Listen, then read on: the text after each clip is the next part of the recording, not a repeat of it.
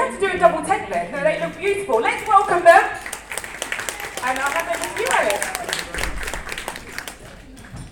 Thank you very much, Priscilla. Good afternoon, everyone. It's lovely to see you all this afternoon. It's quite exciting, actually, and I'll explain a little bit why in a moment. Just as Priscilla said, my name is Alex Alibrobi. I'm the founder of a creative marketing agency called By Creative. We're based in London. And I'm also the chairing this afternoon's panel. And obviously the subject matter for this afternoon's panel is AfroTech and Pioneers Who Lead. Of course, I'm not going to be doing that by myself. I'm with our wonderful panelists, who I will introduce shortly, or they will introduce themselves. But there's a few things, special thanks I'd like to mention before we get started. A massive, massive thanks to everyone involved in Wonder Women in Tech for doing such a fantastic job and for creating today's event. And I actually wanted to ask you, the audience, just a quick raise of hands. Who attended Wonder Women in Tech in London last year, in 2017? I can see Viber there. There's one hand raised. Okay, so it's probably 99% of the audience didn't attend, including our panel. I was at the event last year with UK Black Tech. I'm also part of UK Black Tech. And Mark Martin was here opening up earlier this morning. And the reason why I'm talking about last year's event is because it's incredible to see how far Wonder Women in Tech has come in the space of 12 months in London. This time last year we were in the Ministry of Justice. Fantastic venue, great space, but probably around about 25% of the size of this room. So it's great to see the event growing, and I'm really excited to see what's going to happen next year in 2019 and beyond for Wonder Women in Tech. So a big congratulations to you all. There's a few other things I'd like to share before we get started. We're running quite tight on time. We've got around about 25 minutes.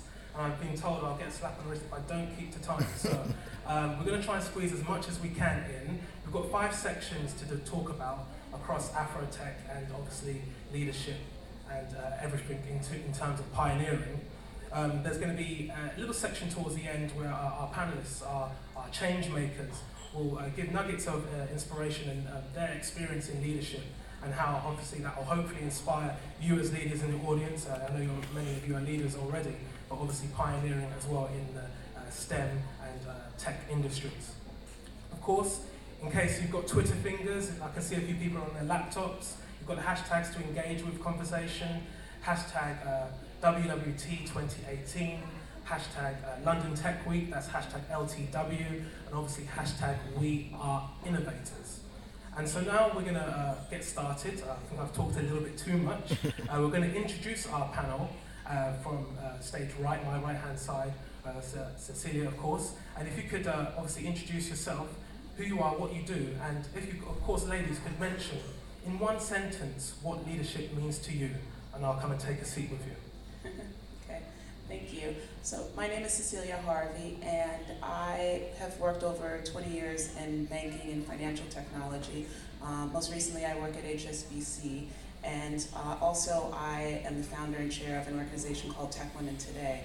And with Tech Women Today, I didn't just want to start another Women in Tech group, because there are so many, and I really wanted to complement any organization that I started with all the other great organizations that are out there. But with Tech Women Today, we focus on not only women that work in technology, but non-technical female entrepreneurs, and really trying to bridge that gap and helping those non-female entrepreneurs understand how they can use technology to grow their businesses, scale their businesses, and be successful. So in terms of what I view as what leadership means to me, for me, leadership is, there's all types of leadership, but great leadership is leadership that really inspires people, where people understand within a team how they fit into the larger vision, and those individuals who are leaders in those organizations help everybody understand how they fit. Leadership is also about, for me, connecting people, and all of us can do that in terms of helping people to connect with one another to reach their potential. So that's what leadership means for me. Fantastic. Priska, welcome.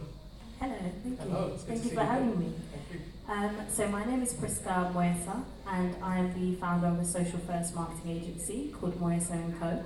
Our whole thing was there's this new breed of companies coming into culture, but there's not actually an agency that there wasn't an agency that could actually help these new startups, these new companies have the marketing that they deserve. So we predominantly focus on video content, but with a social first intent. So when it comes to the production, when it comes to script writing, when it comes to the creative idea, we think, how is this going to translate across social media? So that's our main priority. We do work with tech companies at the moment. A lot of tech companies struggle to have that creative edge because they're so focused on the technical aspect. So we come in and we give that to them. In terms of leadership, leadership for me is creating a safe space where people can come in and be themselves and join your tribe. It's actually creating a tribe where people feel the most comfortable to be their human selves. Today we find that in companies, people are struggling to stay in one spot because they feel like they can't be their true selves, they can't be their whole selves. And leadership is creating that culture where people don't feel like they are too distant from who they are at home. Excellent. Jess, lovely to see you. You too. My name is Jessica Okoro, and I'm an Agile Project Manager at the Times newspaper. I started a charity when I was at university called Be Science STEM, and that's how I met Priska. And yeah, that's me in a nutshell. With regards to leadership, I believe that a leader should have the ability to empower a group of people and help that group of people go from a vision to a result, or a vision to what the end goal was. And they should have the ability to just empower a group of people and ensure that they feel comfortable and they've got no blockers or impediments to get to that goal. Yeah. Chisa. Hi, so I'm Chisa Wabara, and I work with Pivotal. I kind of wear two hats. One is I'm the Research and Development Technical Program Manager, so I support our Cloud Foundry teams here in London. And then additionally, I'm one of the co-leads for diversity and inclusion in EMEA, so I effectively work with Pivotal to help transform our organizational culture across this region of the world. With regards to leadership, I would probably echo all three of my fellow panelists. It's about effectively helping other people to leverage themselves, or to leveraging the best of every person in the group, empowering them to be their best, and creating a safe space or safe environment in which they can do that. The other piece that I think, and that requires really good listening skills, but I think the other facet or side of that is modeling the behavior that you would expect to see. As a leader, it's important not only to allow other people to be their authentic selves, but also to be authentic yourself, so that people see what, and you represent what you truly stand for. So to me, that is what leadership looks like. Excellent. And talking about representation, the whole word of AfroTech, and in my opinion, I wanted to ask, is this just a buzzword, or is there more substance to it? I know we were talking earlier about this word as a whole, but how do you think this actually relates to leadership in terms of the actual word AfroTech? I mean, that's a question that's of course open to the panel as a whole. Yeah, I remember when I first heard the word Afrotech, and I was really confused because in my word I'm thinking, okay, is it like fintech, but is it like tech for Black people, to help Black people? I wasn't even sure. But for me, my definition of Afrotech, how I choose to look at it, is it's a celebration of Black people that are in technology. And when I mean celebration, I mean it's us recognizing and supporting those individuals in their journey, no matter where they are, at all levels. So I've sort of taken that on as how I've defined it. Cool, so it's more of a universal term. It's something that's becoming more popular in language. I know we talked about a few other terms that we hear mentioning in diversity, but do you think it's something that developers are going to be relating to more over the next decade, for example? So Afrotech is a buzzword, Yeah. but that doesn't necessarily mean it's a negative thing. No. So I think the point is, terms help to galvanize people around a common goal. Yeah.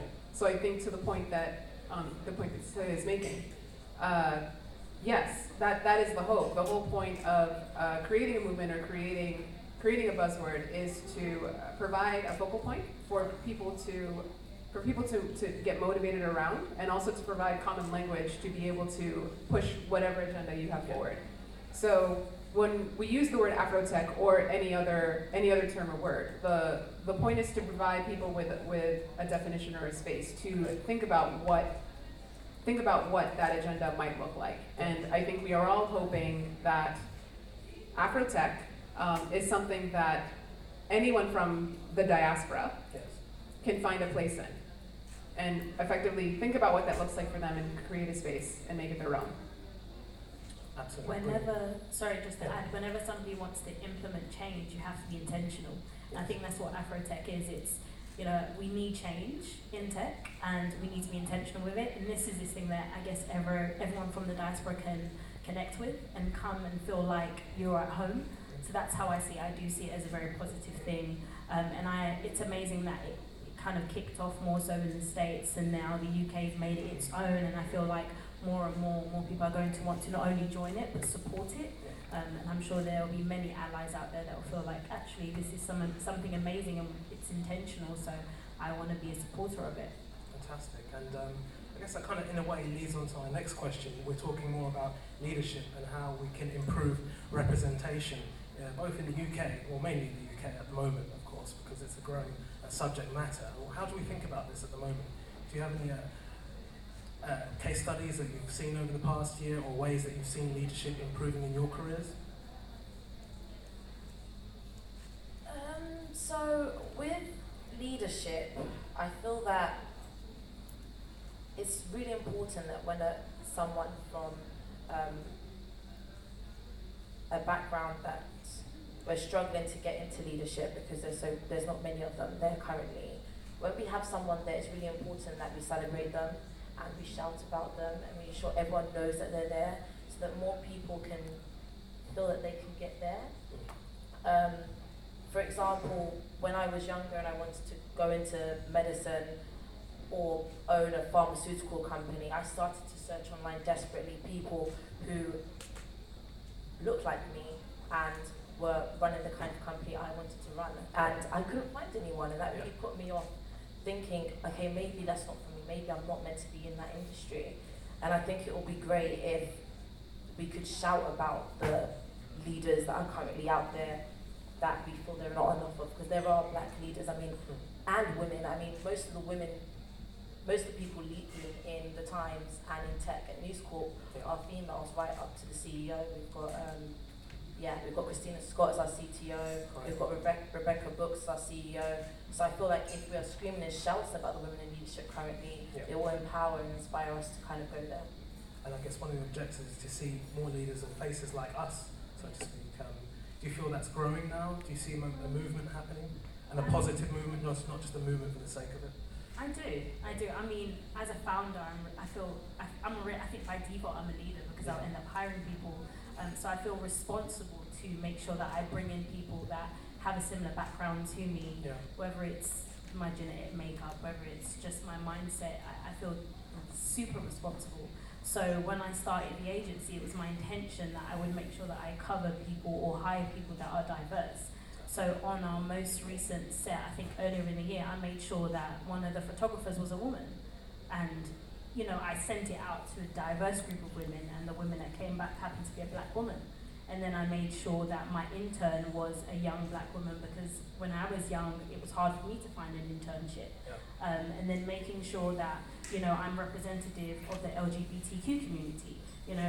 Someone I'm about to hire or considering, she is a young woman that is identifying with her sexuality, and just making sure that I'm championing her deliberately. I think representation has to start with us, and we have a tendency to, I think what we forget is when we go into these big companies, it's easy for us to feel like we're in a bubble and forget that there's people outside of that. So, for example, I make it my duty to make sure I stay in the underground so that I'm aware of the people that may not have the recognition just because they're not in certain spaces. So, as a leader, it's my duty to make sure I find people that maybe don't have the confidence to shout about what they're good about. I have to go out there and search for them. I can't just wait for them to come to me. So you're already becoming an agent of change. You are an agent of change, Prisca. Yeah. So I just want to make sure that we clarify, you don't need to have a title to be a leader, because I think that's something else. When we talk about leadership, it doesn't mean you're a manager or a director of a company. It means you exercise the privilege that you already have and use it to leverage and uplift other people.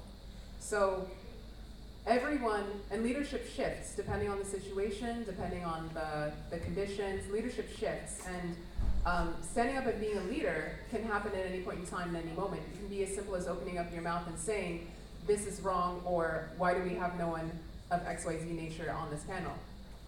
And so I think it's important for us to all understand what leadership means for you in your situation. And for me, more instances and occurrences of that is how we push the ball forward. It's not these huge movements. It's cross-checking and triple-checking. Are we really doing the best thing? Have I really said what I should have said? Did I leave this situation uncomfortable because I kept my mouth closed? All of those small things are how leadership manifests in real life. And in my mind, more instances like that, stepping up and just creating the thing that you knew was missing, or saying that this wasn't there, that's how we are now starting to see an increase, because people have realized this thing was missing, I'm going to create it, because I can do it. Fantastic. And the panel like to add anything else more to that point, perhaps? What you said, Chisa, actually leads to our next part in our conversation this afternoon. We've actually got a piece of video from a film called Hidden Figures, which was released last year by 20th Century Fox. Just a quick show of hands, how many people in the audience have seen Hidden Figures? Okay, that's around about 60%, if my percentage is all right. Okay, great. So for the 40% that haven't, we've got a clip from the scene, from the film, and it focuses on the engineer, Catherine Jackson. Fantastic engineer. Obviously the film is based on the true story of 3 engineers, African-American engineers, and their revolution, the revolution that they caused in NASA in the 60s. One in particular in sending astronaut John Moore into orbit. And this clip is more about inclusion. I'm not going to spoil this clip for you, for those who haven't seen it. I'll just let it play and not waffle on it a little bit more, but hopefully we can play that now and then discuss it afterwards.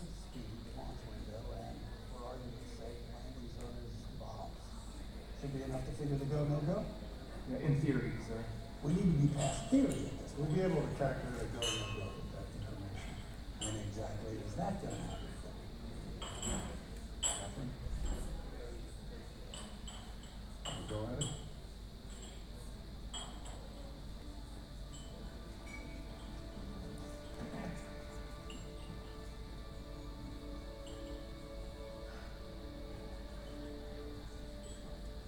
The goal point for re-entry is 2,990 miles from where we want Commonwealth to land. If we assume that's the Bahamas, 544 miles per hour, or 46.56 degrees, 2,990 miles. Okay, so that puts the landing zone at 5.0667 degrees north, 77.3333 degrees west, which is here. That's my girl. 20 square miles. I like your numbers. Protocol for women attending. There's no protocol for masculine community. Fantastic, thank you very much. Go on, Catherine. So as you can see, that scene I think is quite fitting to what we're currently discussing in the next question. But there's some statistics that I'd actually like to share with you and that we're going to lead into the next question as well. I've been, during this, for this panel, for this conversation, I did some research from a data company called Blue Sheep Data, and they found that only 30% of company director positions are currently occupied by women in the UK. And of that 30%, only 21% of that was in London. So it's something that needs to change quite soon. And there's obviously an article as well that I was reading in Campaign Live by June Sarpong. It came out 2 weeks ago. And it's talking about creative industries. I'm from the creative industry, but more importantly, it's talking about diversity in those creative industries. And June said, the questions any agency leader has to ask in the UK is everyone in the room? Just like that scene there. Is everyone in the room? And if everyone isn't in the room, then the next question we have to ask together is why? So that leads to my next question. If there aren't enough people in the room, why and how do we get more people in the room? More people like yourselves, more experts, more pioneers, more leaders. Faces like you, faces like me. Yeah, and I think it's not only just being in the room, but when you are in the room, what do you do once you get there? Because you want to, it's one thing to just sit at the table, but you want to make an impact, and a positive impact. And it's not, when we say in the room, we have to think about it in the broader sense, right? Just in terms of when we show up for work, when we're in certain situations. What do you feel like you're doing where it's not just doing your day-to-day job, but are you contributing to some sort of program? Are you doing some sort, are you starting an initiative? Are you leading some sort of initiative where it's really helping to not only advance yourselves, but other people? And really, what are you doing to really leave a legacy and to really make an impact? That's the thing that I always ask. I remember I got to a point in my career where I really changed my definition of success. It wasn't necessarily about getting that next corporate ranking, that next title, but it was about, you know what, I'm going to start an initiative within my organization that's going to help to improve the talent pipeline of women in technology. I'm going to start an organization outside of this bank that's also going to focus on how we can help female entrepreneurs. That's the thing that's going to make an impact. That's showing up, that's being present while you're in the room. Yeah. So that's why I always encourage people to think about it in that regard. Clearly, Catherine had that natural talent. She deserved her place in that room, of course. So I just thought that, as you can see visually, the ratio in that room was quite shocking. So it's about ways of improving that is what I'm trying to get to. Chisa. Yeah, sorry. Okay. I think the other piece of that, the pivotal moment in that video for me was when Kevin Costner handed her the chalk. Because I think we also need to not underestimate the role in which the majority has to play as being a legitimate ally.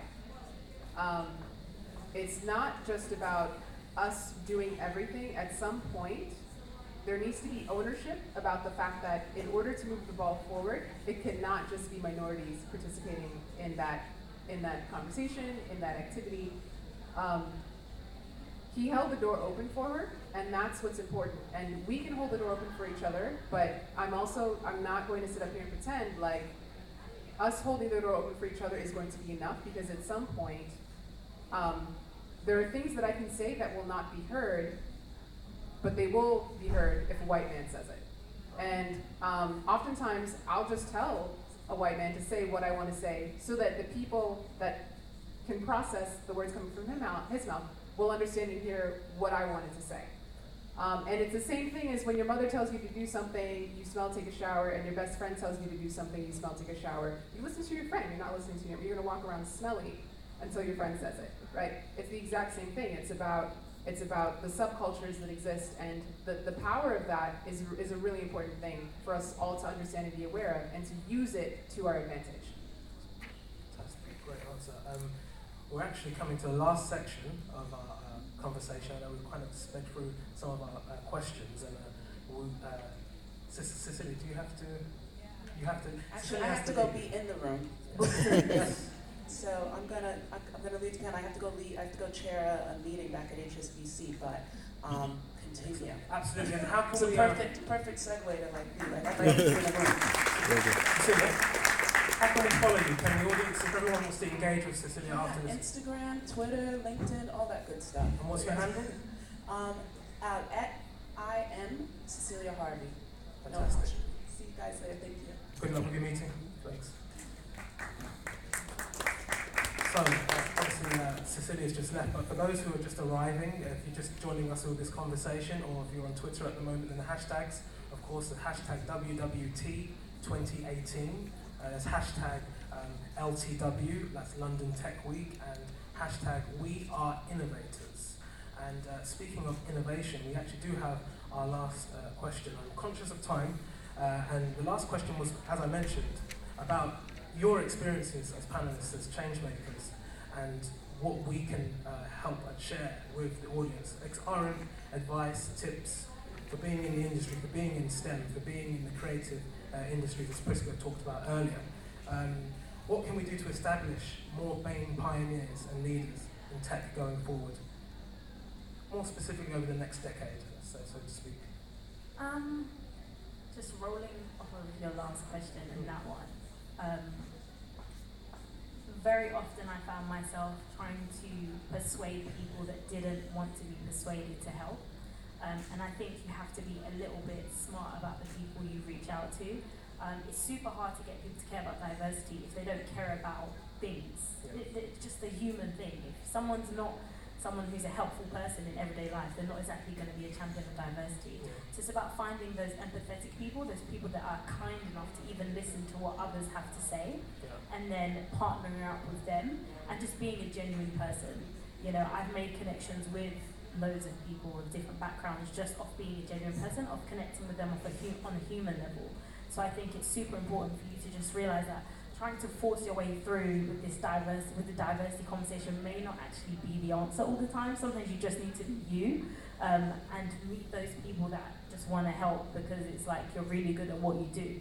And I always say, just do the work and connect with people that are also doing the work in certain spaces, but give them value. Don't just go there and take from them. Go to others and say, actually, I have this amazing skill. How can I benefit you? Or how can we work? Or how can we meet up and maybe do something? And then you'll see that a healthy relationship will develop, and then you might find yourself in certain rooms and stuff like that. There's some panels that, you know, I don't get asked to do, but I'm like, oh yeah, I'm open to do a panel, and that's just because I know what value I can give to others. Just like today. So yeah, just like today. That's why my name is in there. So it's just about being your genuine self, because if you just carry on trying to force your way through, you're just going to go round in circles. I was going round in circles for 2 years, and the moment I stopped trying to chase people and impress people, that's when my agency started becoming more successful. So yeah, that's just my advice. Excellent. Jess, would you like to add anything? So what I would say is that we should be intentional. So when we're choosing, I mean, you said it earlier, Briska, you decided to employ a female photographer. When I was employing volunteers, I was ensuring they were diverse. So when they were teaching the young people were seeing a diverse group of people that they were interacting with, and it wasn't just, you know, a female teacher or a male doctor. So it's in ensuring that we're intentional with our actions, so that the impact we're having is having a real impact, essentially. Shisa, is there anything you'd like to add to that? Yeah, I think the other thing to keep in mind about diversity and inclusion is that it's a subset of culture, period. And kind of leaning to what you were saying, if the culture is not conducive to change, then it's not going to be conducive to making a change in this, what actually is one small space or one small part of the larger culture. So stepping back and asking, and it's actually easier to get people to engage in conversations around just period, how often is our culture changing? Have we established and defined it? Is it continuing to evolve with us as we grow? Or is it something that was predetermined by the people who were here at the beginning of the company and it's basically stayed the same? So making sure that your culture is still alive is an important thing. You know, do we think about psychological safety? Is this environment safe to have difficult conversations? If you can't have a difficult conversation, period, how are you going to have a difficult and loaded conversation about something very specific that only affects certain people? So I think one thing to think about when you're thinking about how can we start to innovate is start the conversation in a less specific place and make sure that it's primed and ready to then once you're ready to have those specific conversations.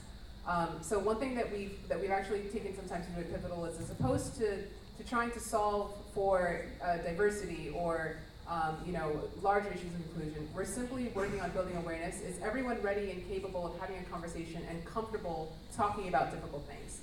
Once you've established that baseline and that foundation, you can then start to think about, okay, for specific things, and your peers will have built up empathy to be able to be present and discuss and participate in those conversations. And to add to that conversation, to continue with change makers, there's a few people I wanted to mention, just in case you may have heard of them, you may have not. This week, Sky Women in Technology announced their future leaders. And one of those future leaders that was announced was a lady called Kike Owindi. I know, Priska, you know Kike. Yeah, I've known Kike since like year 10, and she lives around the corner from me. So yeah, it's crazy. She was an athlete for like years. She's also the founder. She decided to do that, but no. No, she's also the founder of the Black Young Professionals Network. So you can follow Kike on Twitter at Kike Owindi. That's Kike Owinde. on Twitter, and she's her company's recently been invested in by Sky this week, so congratulations to her.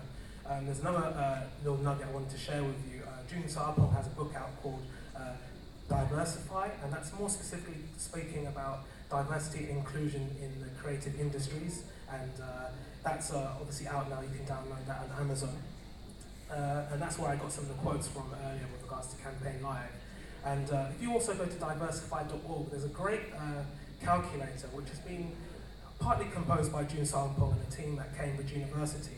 It's called the ISM calendar. I'm calling it the ISM calendar because it's focusing on conscious and unconscious bias, and there's a few surveys that a lot of large companies in the UK have been taking. So do check out diversify.org if you haven't already. I think it could be quite useful for those that are currently working in larger corporations.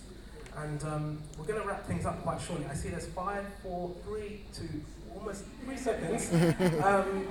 My few last words. I just want to say a massive thanks to Wonder Women in Tech, of course, for everything this year, and for allowing me personally to meet you on this panel. It's been a fantastic experience. And before we wrap things up completely, if you could mention your Twitter handle so that everyone can engage with you when you follow you, if you're on Twitter. Prisca. Mine's Prisca Moyesa, so that's PRISCAMOYESA, and that's across everything. So LinkedIn, Instagram, Facebook, Twitter, it's all the same thing. Fantastic. Jess? Mine is Jessie Okoro STEM, so JESSYOKORO STEM, STEM. And mine is Chisology, so it's CHISOLOGY, and that is Twitter, Instagram, Facebook. And then actually, shameless plug, Pivotal actually does have a great office space, and we open it up to the community. So as long as your mission is aligned with us, there's a potential for us to potentially share our space with you. So definitely send me a message or a tweet if you know of an organization that is looking for an event space or even just like a conference room. Obviously there might be a little terms and conditions, but if you're a nonprofit, it's free. We just have to be aligned, and it has to make sense logistically. So reach out. Excellent. And cool name, Chisology, I like it. Thank you. Made it up myself. And you can follow me on Twitter at BYC_London. That's BYC_London.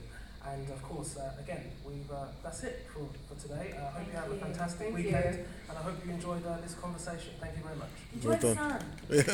Welcome. Thank you so much, Alex, and the wonderful panel. You are change makers indeed. And some really key nuggets that I've actually taken away from that session too. And I don't know if you guys have picked up on it, but that theme of having allies and how important it is to having different people, males, other people, just